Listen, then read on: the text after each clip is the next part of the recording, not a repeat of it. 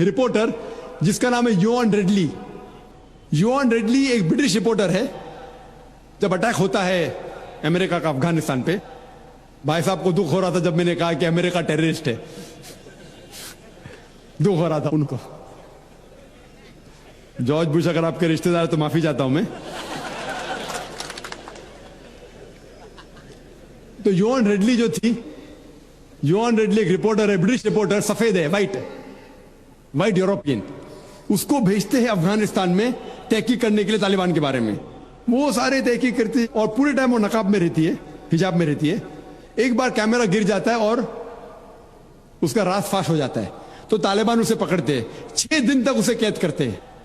और जिस तरीके से तालिबान ने उसके साथ बर्ताव किया, वो उस लेक्चर में कहती है कि लोग जब उन्हें पकड़ते हैं तो बोलते कौन इसके साथ है, तो आदमी को लेके आते, फिर उसको लेके जाते हैं और सब लोग घेर लेते। तो वो सोचती है अभी चंद मिनटों में ये जाहिल लोग मेरा कत्ल कर लेंगे।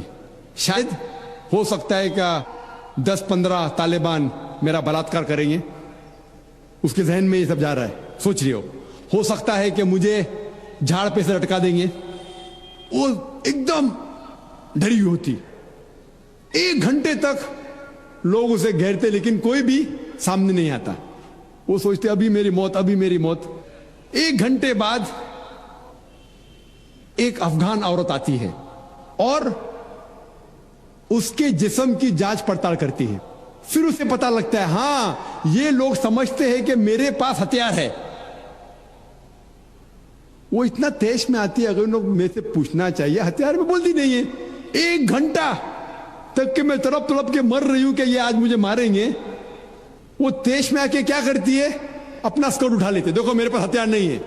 जैसा स्कर्ट उठाती है, तालिबान 180 डिग्री उस तरफ देखते और भाग जाते।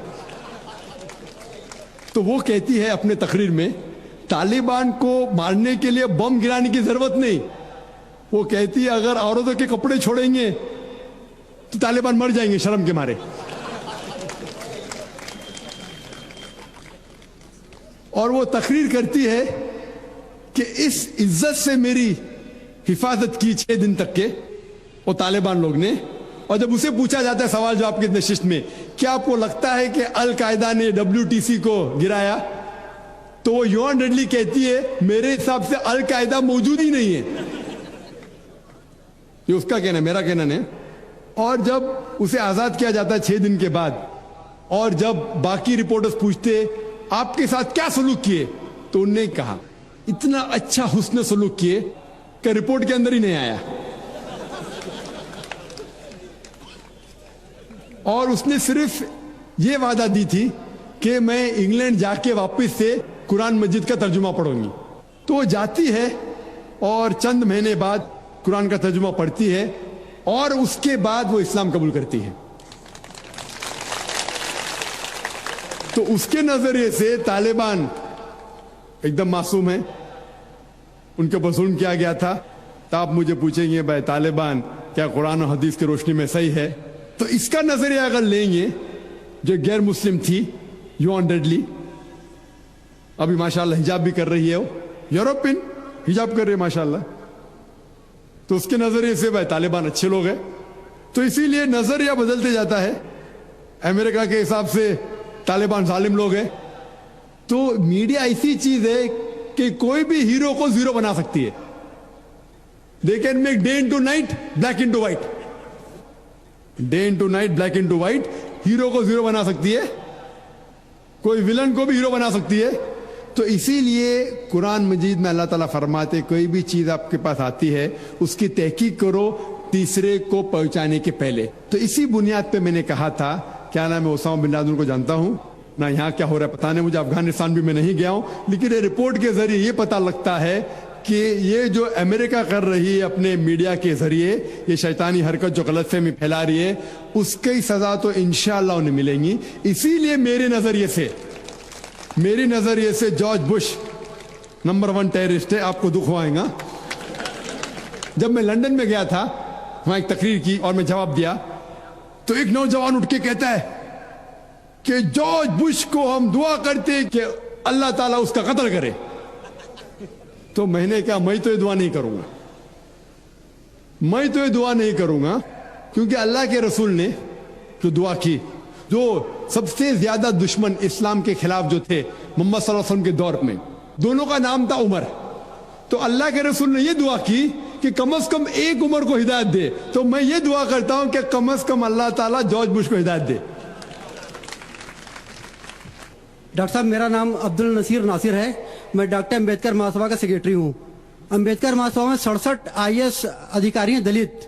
بہت سے لوگوں سے میں بات کرتا ہوں اسلام کے بارے میں تو کہتے ہیں بابا صاحب امبیڈکر نے کہا تھا میں ہندو دھرم میں پیدا ہو گیا ہوں لیکن ہندوؤں کے مروں گا نہیں۔ ہم لوگ بھی چاہتے ہیں عام اسلام میں، لیکن جو ہمیں فیسلٹی مل رہی ہے وہ ہم کو دلت کی حیثیت سے مل رہی ہے۔ کیا دلت جو ہے اسلام قبول کر لے اور نام اپنا نہ تبدیل کرے اور ختنہ نہ کرائے، کیا ممکن ہے یہ؟ بھائی صاحب نے سوال کیا کہ دلت، بابا امبیڈکر صاحب کی کتاب میں پڑھ چکا ہوں، آپ بالکل صحیح فرماتے کہ بابا صاحب امبیڈکر، ڈاکٹر بابا صاحب امبیڈکر، ان نے جب دیگر مذاہب کی تحقیق کی سب سے بہترین مذہب انہیں لگا اسلام۔ افسوس کی بات ہے کہ ہم مسلمانوں نے کھلے عام انہیں قبول نہیں کیا، اس لیے انہوں نے دوسرا بہتر مذہب بدھزم کو قبول کیا۔ آپ کا سوال ہے کہ دلت اگر کہتے ہیں کہ ہم اسلام قبول کریں اور نام نہیں بدلے تو کیا یہ جائز ہے، اور ختنہ نہ کرے جائز ہے؟ نام بدلنا اسلام میں فرض نہیں ہے، نام بدلنا اسلام میں فرض نہیں ہے۔ اگر آپ کا نام شرکانہ نام ہے تو بدلنا فرض ہے، ورنہ نام بدلنا فرض نہیں ہے۔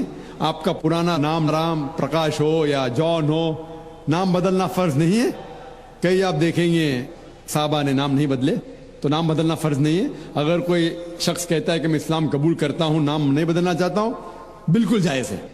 آپ کا دوسرا سوال، کیا ختنہ کرنا فرض ہے؟ ختنہ کرنا فرض نہیں، سنت موقدہ ہے، مستحب ہے، اچھی بات ہے، لیکن فرض نہیں۔ وہ ہمارے ہندوستان میں سرٹیفکیٹ دینے کے لیے ختنہ کرنا فرض ہے، ہندوستان میں۔ آپ باہر جائیں گے تو ختنہ کرنا فرض نہیں، لیکن ختنہ کرنا اچھی بات ہے، بہترین ہے الحمدللہ، لیکن فرض نہیں ہے۔ یہ سنت ہے، کرنا اچھی بات ہے۔ تو اگر کوئی شخص کہتا ہے کہ میں اسلام قبول کروں گا، نام نہیں بدلوں گا اور ختنہ نہیں کہوں گا، تو میں کہوں گا اہلاً و سہلاً،